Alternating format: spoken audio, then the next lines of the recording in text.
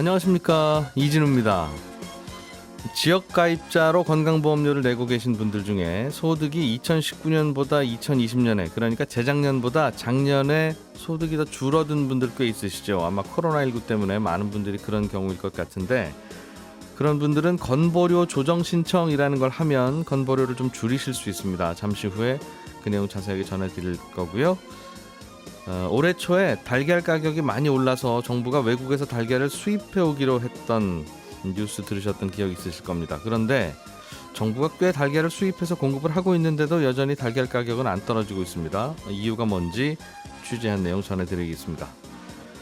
지난 1일부터 DSR 규제라는 대출 규제가 강화되면서 은행에서 돈 빌리는 게 과거보다 더 어려워졌습니다.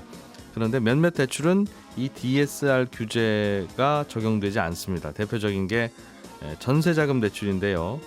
대출 규제를 강화는 했지만 여전히 갭 투자가 그래서 활발한 거 아니냐는 비판의 목소리도 함께 나옵니다. 잠시 후에 이 내용도 자세하게 살펴보죠.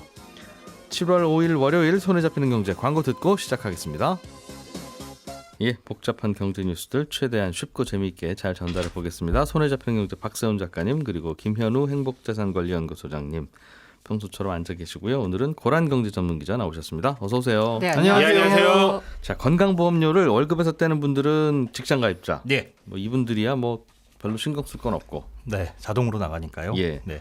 지역가입자라는 분들이 있어요. 이건 자영업하는 분들이죠. 네, 그렇습니다. 이런 분들은 7월에는 반드시 뭘 해야 되는 일이 꼭 있다. 네, 그렇습니다. 그런데 지금이 7월이다. 지금이 7월입니다. 예. 그래서 메모가 가능하시면 메모를 해두시고 아니면 다시 듣기를 통해서라도 들어두시면 좋은데요.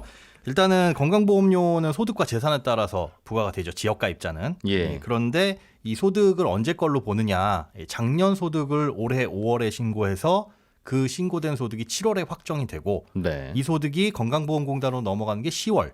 그래서 11월 건강보험료 분부터, 그래서 12월 고지서부터는 이제 오른 보험료나 혹은 내린 보험료가 적용이 됩니다. 예. 그러니까 지금 우리가 내고 있는 건강보험료는 2019년도 소득에 대해서, 재작년 소득에 대해서 내고 있는 거예요. 그런데 작년 소득은 왜요? 작년 소득은 아직 반영이 안 된 거죠. 안 됐으니까. 12월부터 반영돼서 내년까지 쭉 가는 건데 예. 앞서 말씀해 주신 것처럼 코로나 때문에 2020년 소득이 줄어드신 분들이 아마 대부분 많으실 거예요. 특히 소상공인 분들은. 예. 그래서 이번에 소득 신고를 5월에 해봤더니 그 전년보다, 재작년보다 작년 소득이 줄었더라. 그러면은 당연히 이제 12월 건강보험료 고지서부터는 줄어들겠죠. 네. 가만히 놔두면 그렇게 되는데 이걸 지금 미리 신청을 하시면 6월 건강보험료, 그러니까 지난달 건강보험료부터 좀 줄어서 낼 수가 있고, 만약에 다음 달 이후에 8월 이후에 신청을 하시게 되면 그 다음 달 건강보험료에 반영이 돼서 다음 달 고지서에 나가게 됩니다. 즉 8월에 신청하면 9월 건강보험료부터 줄어서 10월 고지서를 받아봤을 때 줄게 되는 거니까 빨리 신청을 하실 필요가 있는 거죠. 그럼 지금부터 그냥 좀 전에 김현우 소장님 말씀 안 들었다고 생각하고 가만히 있으면 작년에 내가 장사 안 돼서 소득 줄어든 게 12월부터 반영이 되고 12월 고지서를 딱 받았을 때 그렇겠죠. 그러니까 한 6달치를 조금 줄었네 라는 느낌이 12월부터 드는 거고. 네, 맞습니다. 그런데 실제로는 내 소득은 작년에 줄었으니까 좀 빨리 좀 반영해 주셔 라고 지금 이번 달에 신청하면 6월 거부터 반영이 됩니다. 지난달 거. 지난달 고지서가 이번 달에 나올 테니까. 네, 이미 고지서가 근데 발부는 아마 됐을 거예요. 네. 근데 발부되기 전에 신청할 수는 없으니까 발부됐다고 하더라도 낮은 보험료를 낼 수가 있고 혹은 발부된 거대로 냈는데 그다음에 조정 신청을 하시면은 더 많이 낸 건 환급도 해주고요. 그러면 지금 전화하면 지난달 거부터 줄일 그렇습니다. 수 있고. 그럼 7월 넘어가서 8월 달에 이 전화를 하면 그러면 그 다음 달 보험료부터 조정이 됩니다. 즉 9월 보험료가 조정이 돼서 10월 고지서를 받아봤을 때 그때 줄어드는 게 되니까 6, 7, 8까지는 계속 비싼 보험료를 내셔야 되는 거죠. 그럼 지금 7월에 꼭 전화를 해야 되겠네요. 네, 7월 31일 말일까지 꼭 반드시 하셔야 됩니다. 방송 잠깐 중단하고 지금 전화 좀. 그런데요. 아직 전화 안 받으시는 시간인가요? 네네네. 잠깐 참으셔야 될 게 이게 고지서가 발부가 되고 납부 기한이 7월 10일까지예요. 건강보험료 납부 기한은 7월 10일까지인데 그 전에 하시려는 분들이 많기 때문에 아마 건보공단이나 건보공단 지사가 통화가 어려울 수 있습니다. 그래서 이번 달 안에까지만 하시면 되고 그다음에 7월 10일에 건보료 비싼 건보료를 냈다고 하더라도 더 낸 거는 계산해서 환급해 주니까 너무 이렇게 서두르실 필요는 없을 것 같고 7월 말일까지 그 안에만 하시면 되니까 그거는 이제 적당하게 내 소득이 줄었다는 걸. 네네 그렇습니다. 내 소득이 줄었다는 걸 아직 건보공단이 모르나 봐요. 네, 그죠? 아직은 저는 모르고. 5월에 국세청에 신고를 했을 텐데 자영업자는 네네. 그게 아직은 안 갔다. 네, 5월에 신고하면 이게 7월에 확정이 되는 거예요. 국세청도 한번 점검해 봐야 되니까. 네. 예. 그래서 확정이 된 게 10월에 넘어가기 때문에 그러니까 7월에 확정된 게 왜 10월에 넘어갑니까? 무슨 화성으로 보내요? 데이터를?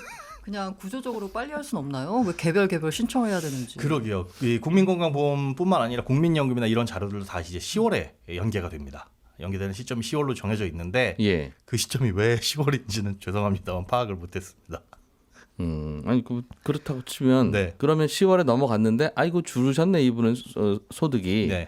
그러면 이분은 신청하셨으면 7월부터 적용이 되셨어야 될 뿐인데 예. 우리가 국세청에서 데이터가 3개월 늦게 들어와서 이제야 알았네 아이고. 네. 그러면 7월분, 8월분, 9월분을 더 내셨으니까 줄여드릴게요. 그만큼은 줄여드릴게요 해서 10월분에 정산하거나 11월분 할 때 그만큼 깎아서 오면 되잖아요. 아, 그런데 이제 예. 지역가입자의 건강보험료라는 건 1년치를 나중에 내는 개념입니다. 즉 올해 5월부터 지금 장사를 시작하신 분이라고 한다면 내년 네. 5월까지는 사실은 건강보험료를 한 푼도 안 내게 되죠.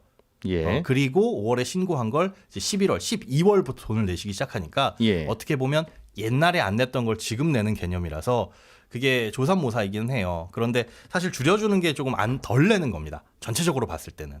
그러니까 안 줄여주고 1년치를 부과를 나중에라도 하는 게 그러니까 예. 올해치를 내후년에 내는 거니까 음. 지금 당장에 소득이 줄은 거는 맨 처음에 소득이 없었을 때도 안 냈던 기간이 있으니까 그렇게 따지면은 네. 예. 한 칸씩 밀려서 내는 거죠. 그러니까 안 줄여주는 게 맞는 거긴 한데 이게 시차가 6개월에서 1년 정도 발생을 하다 보니까 그간에 힘드신 분들이 계시기 때문에 편의를 봐주고 사정을 봐주는 제도다. 건강보험료 조정 신청은 그렇게 보시는 게 맞을 것 같습니다. 그래도 전화를 하면 깎아준다면 네. 방금 말씀하셨던 그 설명은 한번 고민을 해봐야 되겠는데 네. 전화하신 분들은 깎아주면 네. 전화 안 하신 분들은 전화 안 했다는 이유로 건강보험료를 더 낸다는 거잖아요. 그렇죠, 장사는 그렇죠. 똑같이 안 됐는데. 맞습니다. 참 웃으실 일은 아니고 그렇다고 김현우 소장님이 잘못하신 것도 아니라 뭐라고 할 수도 없고. 제가 혼나는 기분입니다. 알겠습니다. 그럼 지금은 네. 전화를 하는 수밖에 없다. 네. 전화만 하시면 안 되고요. 방문을 하시거나 팩스로 그 서류를 접수를 하셔야 돼요. 예. 일단은 소득금액 증명이라는 서류를 국세청에서 떼셔야 되는데 요걸 떼셔가지고 팩스로 보내셔야 됩니다. 근데 두 가지 방법이 있어요. 일단 집에 프린터가 있으면 발급받으시기가 쉽습니다. 예. 국세청에 접속하셔가지고 소득금액 증명 발급이라는 메뉴가 가장 첫 화면 제일 왼쪽 제일 밑에 딱 보여요. 네. 여기서 들어가서 떼신 다음에 요 위에 뭐 아무 여백이나 본인의 핸드폰 번호 적고 그다음에 건강보험공단 지사 홈에 팩스 번호가 있습니다. 예. 그러니까 이거는 홈페이지에 들어가시면은 거주하시는 곳의 지사 연락처하고 팩스 번호가 있는데 이 건보료 조정해주는 부서가 있어요. 예. 그 부서의 팩스 번호로 이 팩스를 보내시면 되고 보내면 예 팩스가 없는 분들은 주민센터에 가시면 민원실에서 공짜로 보낼 수가 있습니다. 그리고 만약에 프린터도 없고 팩스도 없다 이러신 분들은 이 손택스 앱 그러니까 이 국세청 홈택스 앱 중에 손택스라는 앱이 있어요. 휴대폰에서 쓰는 앱인가 봐요. 네, 그렇습니다. 여기로 들어가시면 소득금액 증명 발급이 되는데 이때는 이제 건보공단에 보낼 그 팩스 번호를 미리 아셔야 돼요. 왜냐하면 발급 방법 중에 이 수령 방법 중에 팩스 발송이라는 게 있습니다. 여기에 팩스 번호를 넣으시게 되면 글로 바로 발송이 그 되니까. 팩스 번호를 알기 위해서 건보공단에 통화를 해야 되는데 그 통화가 그렇게 안 된다는 거죠. 네, 그래서 홈페이지에 들어가시거나 아니면 건보공단 그 콜센터에다 전화를 하시면은 예. 가장 첫 번째 화면에 지사 찾기 메뉴가 있습니다. 그럼 그걸 이제 문자로 받아가지고 확인이 가능하시니까 1577-1000 누르시면 되겠습니다. 네. 그 좀 나중에 어차피 3개월 후에 그 데이터 가면 네. 그때 알아서 다 정산해 드리니까 7월 달에 전화하고 팩스하지 마시고 생업에 종사하세요라고 하면 얼마나 좋아요. 왜 그게 안 되죠? 정말 좋을 것 같기는 합니다. 이거 참. 저희야 방송 아이템 하나 생겨서 좋기는 한데 딱 그거 하나 좋아요. 저희 네. 방송 아이템 생긴 거. 그렇습니다. 알면 받을 수 있고 모르면 못 받는다는 게 조금 그렇죠. 예. 알겠습니다. 박세훈 작가님 달걀 얘기 좀 할게요. 네, 예, 달걀 가격이 계속 오르고 있는데 네. 얼마나 올랐습니까? 작년 평균 가격이 대략 5,300원 정도인데 예. 여기서 말하는 가격은 특란 30개 기준 소매가입니다. 올 1월에 5,900원 정도로 올랐고요. 2월에 7,800원으로 확 오른 다음에 지금도 여전히 7,000원대입니다. 예. 지난 1일에 정부에서 조사한 가격을 보니까 대략 7,500원인데 작년 이맘때 한 5,300원 했으니까 엄청 많이 오른 거죠. 떨어지지 않고 있습니다. 주가로 보면 상승 후에 약간의 조정만 받고 계속 유지되는 그렇습니다. 상당한 우량주다. 그렇습니다. 주가로 느낌? 치면 좋은데 달걀이라서 그게 우려가 되는 거죠. 그렇겠어요. 올해 초에 오른 이유가 뭐였죠? AI 때문입니다. 예. 당시 AI 때문에 알 낳는 닭들이 많이 사라졌는데 대략 한 알 낳는 닭이 100마리라고 하면 AI로 한 23마리 정도가 사라졌습니다. 예. 하루라도 빨리 병아리가 자라서 닭이 되고 알을 낳아야 공급이 느는데 이게 말처럼 쉽지가 않아요. AI로 이동 제한이 해제된 농가에 한해서만 지금 병아리를 다시 들이고 있는데 이 병아리가 성장해서 알 낳는 데까지 대략 5개월 정도 걸립니다. 네. 오늘 병아리 들어오면 12월은 돼야 달걀을 낳기 시작한다는 뜻인데 그러니까 작년에 있었던 AI 때문에 아직도 그럼 그 이제 병아리 못 기르는 농가가 좀 있다는 겁니까? 그렇습니다. 그리고 그 병아리들이 좀 가격이 비싸게 거래가 되고 있기 때문에 더 안 들어오는 것도 있죠. 예, 좀 참았다가 병아리 값 떨어지면 시작하시려고. 그렇습니다. 그래서 예. 어느 정도로 달걀 공급이 안 되고 있는지 농림부가 분기별로 발간하는 자료가 있거든요. 예. 여기에 보면 6월 1일 기준으로 달걀 1일 생산량이 한 4,050만 개 정도 됩니다. 아, 우리나라에서 생산되는 달걀이 그렇습니다. 하루에 1일 생산량. 하루에 4,050만 개. 그렇습니다. 대략 한 사람이 하나꼴 정도 먹는군요. 그렇죠. 우리나라는. 네. 6월 평년 생산량이 한 4,200만 개 되니까 꽤 많이 모자라죠.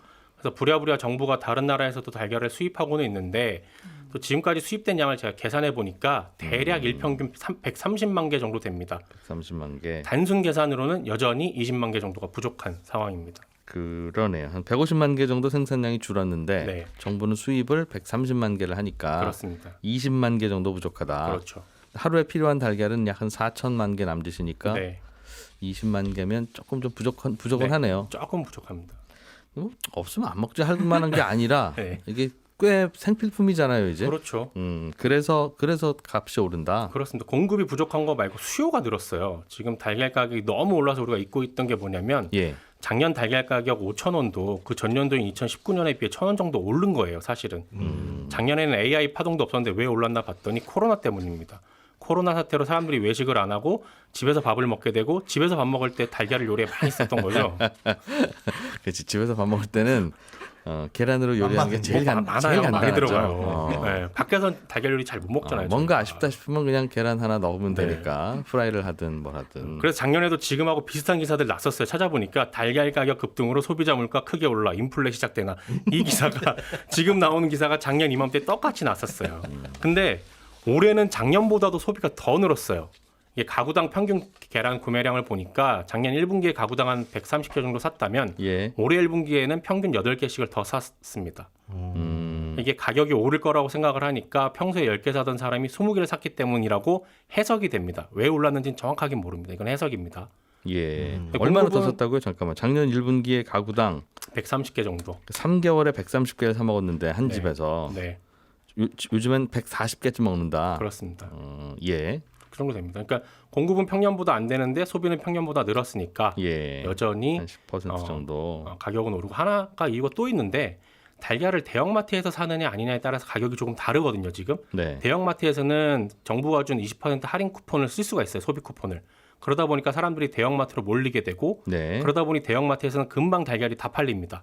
근데 물량이 대형마트 쪽으로 많이 가다 보니까 대형마트가 아닌 곳에서는 물량이 달려서 그쪽에선 가격이 지금 더 오르는 구조예요. 그래서 똑같은 걸 사러 가더라도 대형마트에 가느냐 아닌 곳에 가느냐에 따라서 지금 방송 듣고 계시는 분들이 체감이 아직 많이 다를 겁니다. 아마. 그러니까 동네 작은 가게 계란값은 더 올랐다. 더 올랐습니다. 안 그래도 모자란데 다 대형마트로 가고 계란들이 있죠. 가니까. 그렇습니다. 오, 그렇군요. 이거 그럼 언제까지 계속 이렇게 달걀값 오른다는 겁니까? 사실 잘 모른다는 게 솔직한 답인데 정부가 올해 초 그리고 지난달 초에 내놓은 전망 보고서를 보면요. 예. 6월 말이 되면 일일 달걀 생산량이 한 4,200만 개 될 거다. 그래서 평년 수준을 회복할 거다. 그래서 가격이 어느 정도 내려갈 거다라고 되어 있는데 일단 이 전망은 빗나갔죠. 농가에서 정부는, 그 계란 생산을 아직 활발하게 안 한다. 못하고 있습니다. 예, 예. 정부는 지난달에 달걀 수입량을 당초 계획한 것보다 더 늘리기로 했는데 그 정도가 과연 달걀 가뭄을 끝낼 정도가 될지 그리고 실제로 효과가 있을지는 조금 더 지켜봐야지 알 수 있을 것 같습니다. 그렇군요. 수요도 한 10% 정도 늘었네요. 네. 집에서 라면 먹는 일 많아졌나 봅니다. 한 판에 10,000원이랍니다 지금 계란이. 김현우 소장님은 라면 먹을 때 계란 넣는 쪽이에요, 안 넣는 쪽이에요? 저는 안 넣는 쪽입니다. 저도 안 넣습니다. 계란이 없으면 그게 라면인가요? 라면이죠. 이 얘기 길어져요. 그러니까 있으면 넣고 없으면 안 넣는 게 아니라 네. 넣는 분들은 반드시 넣고 그 라면 끓이다가 잠깐 불 끄고 계란 사러 갔다 올 만큼. 그리고 안 넣는 분들은 라면 누가 끓여줬는데 계란 넣잖아요. 그럼 너 왜 이러면 못 먹지 않느냐고. 그렇죠. 그렇더군요. 잠깐만 습관을 좀 바꿔주시면 하루에 계란 1개 이상 먹으면 반칙이다 요즘은. 그렇군요. 그래서 그렇다. 네. 알겠습니다. 고 기자님이 조사해 오신 소식도 한번 보겠습니다. 이번 달부터 DSR 규제라는 대출 규제가 생겼는데 돈 빌리기가 어려워진다고 하는데 실제로는 대출 한도가 많이 줄고 있습니까? 대출 한도가 주는 건 맞고요. 예. DSR 이제 40% 규제를 하는 건데 그 전에는 은행별이었는데 개인별로 하다 보니까 그래서 줄어드는데 이거 말고도 또 줄어드는 게 있어요. 이게 뭐냐면 은행별로 금융위원회에서 총량을 줬어요. 예. 가계부채 올해 증가율을 4% 안팎으로 낮춰라라고요. 예. 그러다 보니까 이 개별로 DSR 줄이는 거 말고도 아예 은행이 신용대출 상품 판매를 중단한다던가 아니면 우대해주던 금리를 아예 그 우대를 없애버려가지고 금리를 높여버려서 그래서 대출 좀 덜 받도록 한다거나 하고 있고요. 농협 같은 경우에는 아예 개인 신용대출 최고 한도를 6일부터 2억 5천만 원에서 2억 원으로 낮췄습니다. 예. 그러니까 아무리 DSR이 되더라도 2억 원까지밖에 안 해준다는 거죠. 이런 식으로 지금 은행들이 점점 더 다 줄이고 있습니다. 2억 원이라는 건 신용대출을 네네. 예전에는 신용대출을 2억보다 더 해주기도 했었어요. 네, 한도가 원래 2억 5천이었습니다. 그렇군요. 그래서 되더라도 안 해주기도 하고 네네. 전반적으로 신용대출을 줄이고 있다. 전세자금 대출은 전세 가격 올라갈 때마다 또 늘리기도 해야 되고 만기 돌아오면 이거 연장이 그럼 안 되는 건가 가장 불안하잖아요. 네. 이게. 예. 그래서 DSR을 계산할 때요. 이게 원래 총부채 원리금 상환 비율이잖아요. 총부채잖아요. 총부채. 예. 총부채면 모든 빚이 다 들어가야 되잖아요. 그런데 우리나라에선 조금 약간 빼주는 게 많습니다. 이게 뭐냐면 이 빚은 이거 계산할 때 계산 안 한다. 계산 안 한다. 예. 그 제가 이걸 보니까 대충 두 가지 기준 때문에 안 해준 것 같아요. 예를 들면 전세자금 대출이나 보험 약관 대출, 예적금 담보 대출 등은요. 예. 이게 상환 재원이 있잖아요. 내 예금 그냥 가져가세요 맞습니다. 하면 되니까 네네네. 내가 어딘가에서 돈 마련해서 갚아야 될 이유는 없는 그래서 아마 빼준 것 같고. 있는 내 돈 찾아서 빌린 거니까. 네네. 예. 그거 말고 서민금융상품과 300만 원 이하 소액신용대출은 또 DSR 규제에서 빼줘요. 예. 이건 아마 서민 상품이다 보니까 빼주는 것 같다라는 생각이 들거든요. 어쨌든 우리나라의 경우에는 이렇게 빼주는 게 많습니다. 예. 참여연대가요 DSR 그 실태 분석을 한 3월에 보고서를 하나 냈거든요. 네. 그랬더니 우리나라는 이제 DSR 개념으로 해서 있는데 뭐 영국은 DTI, 유럽연합은 DSTI 뭐 이런 여러 가지가 있어요. 근데 봤더니 우리나라만 이렇게 빼주는 대출이 많고 예. 다른 나라는 아무것도 안 빼준다는 거예요. 다 포함한다는 겁니다. 영국 같은 경우에 학자금 대출만 빼주고 나머지 국가에서는 빼주는 대출이 없는데 우리나라는 총 부채를 계산할 때 너무 빼주는 대출이 많다는 거죠. 우리나라는 대출 종류가 너무 다양하다는 결론과도 연결되겠네요. 그러니까 특히나 이제 다른 나라는 전세자금 대출이라는 게 없잖아요. 맞습니다. 이 전세자금 대출이 사실 가장 문제거든요. 이걸 다 집어넣어서 하자니 예. 이른바 이 전세 가격이 오르는데 대출이 안 나오게 되잖아요. 사실 이것까지 그렇죠? 포함을 하게 예. 되면 예. 그러면 이걸 어디서 구하나요, 돈을? 그리고 연장만 할 때도 이거 적용하면 네. 이번에는 대출 받아서 전세 사시는 분이 이렇게 해서 내 빚이 많거나 소득이 낮아서 대출 안 해준다고 하면 집주인은 전세금 그냥 똑같이 합시다 하더라도 나는 집 비워줘야 되잖아요. 네, 맞습니다. 그렇기 때문에 예. 정부 당국에서는 뺀 거거든요. 근데 사실 이 전세 보증금, 전세 제도라고 하는 게 지금까지 갭 투자를 가능하게 한 요인입니다. 예. 이 갭 투자 때문에 사실 집값이 올랐다라고도 볼 수 있거든요. 이 4월 기준으로 봐도 서울 아파트 매매 거래의 절반 이상이 갭 투자입니다. 그런데 이 전세 보증금은 사실 이게 빚을 내는 사람이 집주인이 아니라 세입자거든요. 네. 그럼 정부 입장에서는 규제 대상이 아니라 보호 대상이에요. 결과적으로 이렇게 보호를 해줄 수밖에 없는데 예. 이 전세 보증금 때문에 사실 갭 투자가 일어나가지고 집값을 잡을 수가 없게 되는 거거든요. 그렇죠. 계속 이제 돌고 돌죠. 그러니까 네네. 이 DSR 규제를 하는 이유가 가계대출이 너무 많아서 그렇고 맞아요. 가계대출이 너무 많은 게 뭐가 걱정이야 하면 이것 때문에 집값도 많이 오르고 집값이라는 게 또 한꺼번에 오르면 또 내리니까 이럴 경우에 이 부채가 폭탄될 것 같으니 대출 안 내셨으면 좋겠는데 네, 답은 없다는 거죠. 없습니다. 집을 살까? 아니 그건 하지 말라면서요. 네. 그럼 전세 들어가야 되는데 전세가 오르잖아요. 그러면 그럼 그 돈 빌려달라는 거니까 안 빌려드릴 수도 없고 빌려드리자니 대출 계속 늘어나고. 이게 전세 그 보증금도 그런데요. 예. 또 한편에서 참여연대가 지적한 게 뭐냐면 전월세 보증금 반환 채무 라고 하는데 쉽게 말해서 세입자 입장에서는 전세 보증금을 내잖아요. 네. 그러면 집주인 입장에서는 사실 이게 대출인 거거든요. 세입자한테 빌린 돈이니까 맞습니다. 돌려줘야 되는 돈이니까. 네. 근데 예. 이거는 DSR 계산에 안 들어갈 뿐더러 얼마인지 파악조차 안 되고 있습니다. 그건 집주인이 어차피 이건 이자도 안 갚는 대출이니까 뭐 그렇게 본다는 거겠죠. 네. 그래서 우리나라 가계부채가 많습니다, 적습니다. 이 토론을 할 때 그럼 우리나라의 가계부채가 총량이 얼마나 되는지부터 한번 봅시다라고 하면 그때부터 양쪽이 편을 갈라서 이 전세금을 포함시켜야 되느냐 말아야 대출에 되느냐. 포함시키냐 마느냐 해가지고 한바탕 크게 싸우죠. 네네. 말씀하신 대로 이 전세금도 집주인이 세입자한테 빌린 돈 아니냐라고 하면 빌린 돈이고 뭐 이자 안 나가지 않느냐 하면 안 나가는 돈이니까 그래서 그런 것 같아요.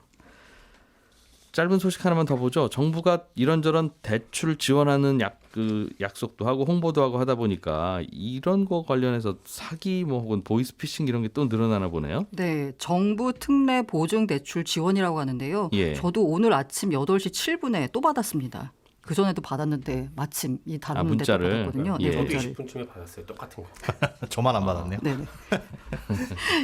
예. 이게 문제가 뭐냐면 굉장히 교묘하게 해가지고요. 이게 너한테만 특별히 알려주는 거야라는 식으로 문자가 나와 있어요. 정부 대출. 네, 그래서 예. 지원 대상으로 선정됐는데 현재까지 신청하지 않았다. 이달 중에만 신청할 수 있으면 신청자가 많으니 빠른 신청을 바란다. 라는 문구를 넣어서 빨리 신청해야 되나 보다 라고 생각하게 됩니다.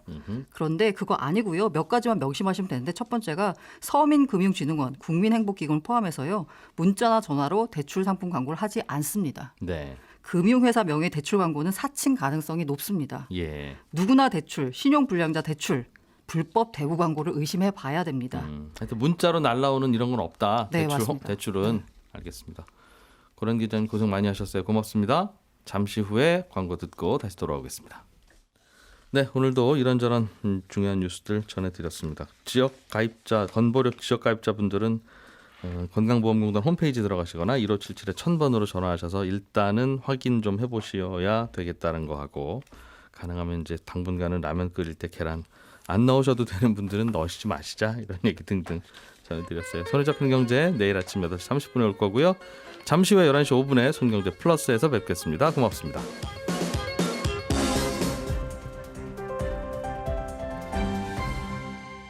경제를 생각하는 사람들의 즐거운 습관. 이진우의 손에 잡히는 경제.